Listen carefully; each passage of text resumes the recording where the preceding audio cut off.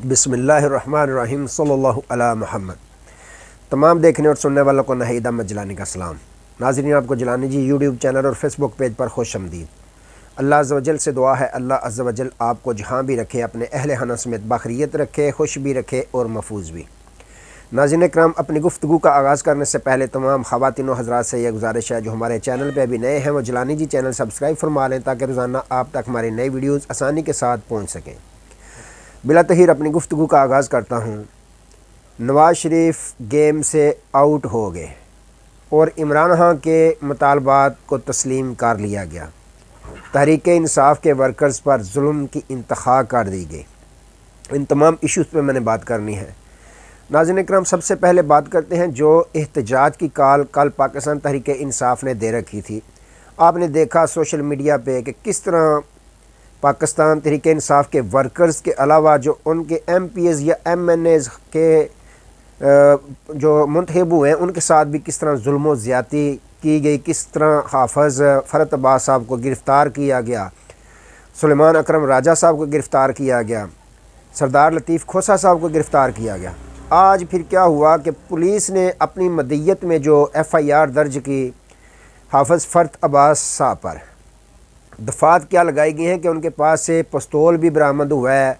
उन्होंने हमारा एक पुलिस मुलाज़म जो है उसको भी अगवा करने की कोशिश की। पुलिस ने उनका तक़ब किया, फिर गाड़ी उनकी पकड़ी, वहाँ से पुलिस एहलकार को बरामद करवाया।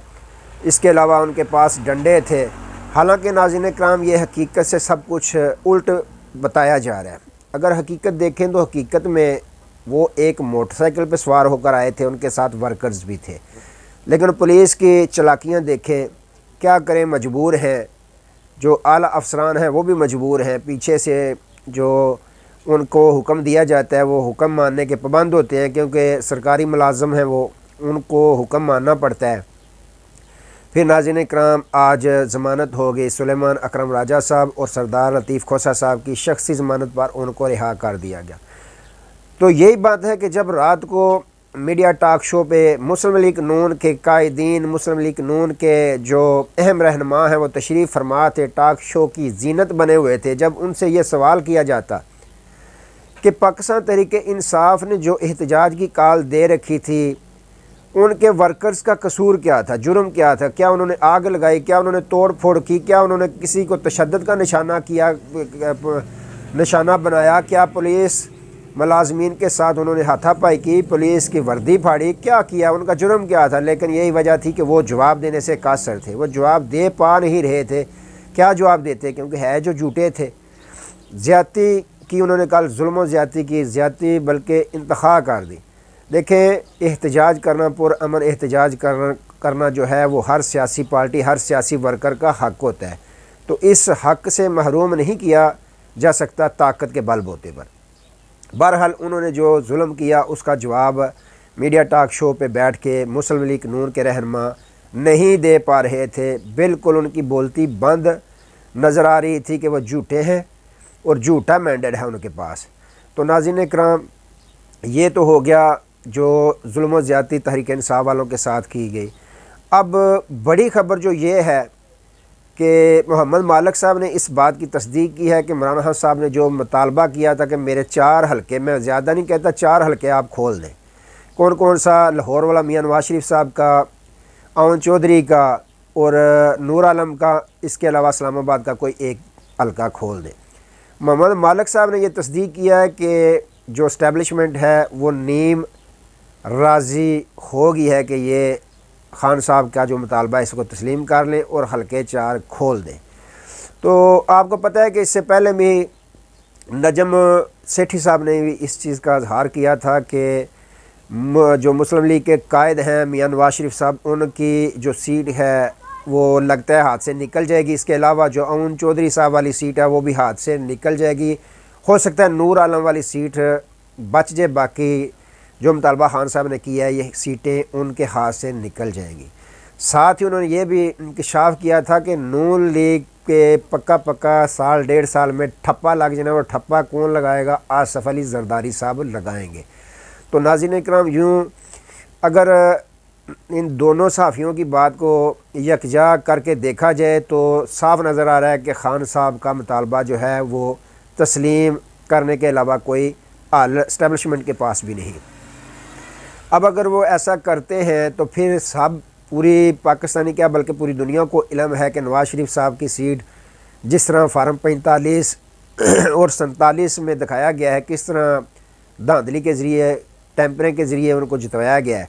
तो नजम सेठी साहब की ये बात जो कह रहे हैं कि 4 सीटें या नवाज़ शरीफ की चली जाएगी, और बास की नहीं बल्कि 180 जो मुतालबा कारिया तहरीक इंसाफ, ये अगर ये जाती हैं तो फिर वो भी 180 मुकम्मल पाकिस्तान तहरीक इंसाफ को वापस मिलेगी।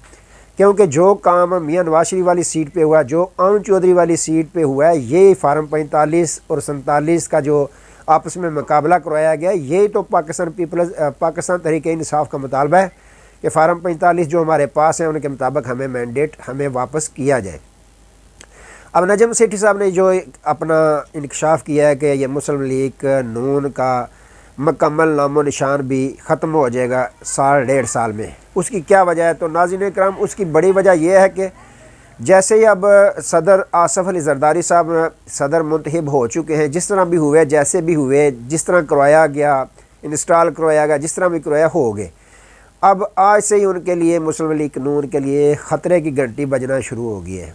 आप पूछेंगे कैसे? वो ऐसे कि सदर मुमलकत का जो ईवान सदर होता है, पहले भी आपको पता है बाजवा साहब या अपना जो मौजूदा आर्मी चीफ़ हैं ये भी मुलाकात करते रहे सदर साहब के साथ, वाई के ज़रिए खान साहब की पार्टी के पास पैगाम रसानी होती रही है। अब दोबारा सदर आसफ़ अली ज़रदारी साहब का जो ईवान सदर है वो ही दोबारा मुज़ाकरात में पूरा रोल अदा करेगा ईवान सदर।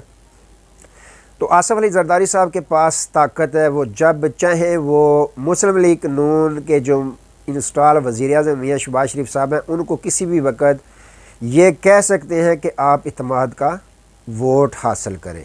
ये सदर आसफ़ अली ज़रदारी साहब के पास इख्तियार है, क्योंकि अदम इत्तेमाद तो एक अलहदा इशू है, लेकिन जब मुज़ाकरात अगर PTI के साथ ताकतवर हल्के हो जाते हैं तो वो सदर ज़रदारी साहब को ये कह सकते हैं कि आप वज़ीर-ए-आज़म को ये लिखें कि वो इत्तेमाद का वोट हासिल करें। जब आसफ़ ज़रदारी साहब ने वोट के मतलब लिखना है, मियाँ शहबाज शरीफ साहब इत्तेमाद का वोट हासिल नहीं कर पाएंगे। उसकी वजह क्या है कि जब वो लिखेंगे, लिखने का मकसद क्या होगा? लिखने का मकसद यही होगा कि पीपल्स पार्टी ने साइड पे हो जाना है, उन्होंने इत्तेमाद का वोट मियाँ शहबाज शरीफ साहब को नहीं देना, तो ऐसे नून लीग की हुकूमत चलती बनेगी। तो यही वजह नजम सेठी साहब ने ये कहा है अपने बयान में, अपने इंटरव्यू में, कि आसफ़ अली ज़रदारी साहब ने मुस्लिम लीग नून पे पक्का ठप्पा लगा देना है कि इसका नामो निशान मिट जाएगा। दूसरी बात है नाज़रीन इकराम, 180 जो मुतालबा कारी है पाकिस्तान तहरीक इंसाफ, उसकी गवाही बड़ी आ गई। फ़हीम अख्तर मलिक साहब जो रिपोर्टर हैं उन्होंने कल इंकशाफ किया, उन्होंने कहा मैं इलेक्शन कमीशन के ऑफिस में किसी सोर्सेज के ज़रिए पहुँच गया इलेक्शन की रात को, जब 8 फरवरी को इलेक्शन हुआ था। मैंने पूछा कि TV चैनल्स ये बता रहे हैं कि 140 सीटों पे पाकिस्तान तहरीक इंसाफ जीत चुकी है। तो एक अफसर ने बाकायदा कहा कि ये नहीं है 140, 160 नशिस्त पर पाकिस्तान तहरीक इंसाफ कामयाब हो चुकी है।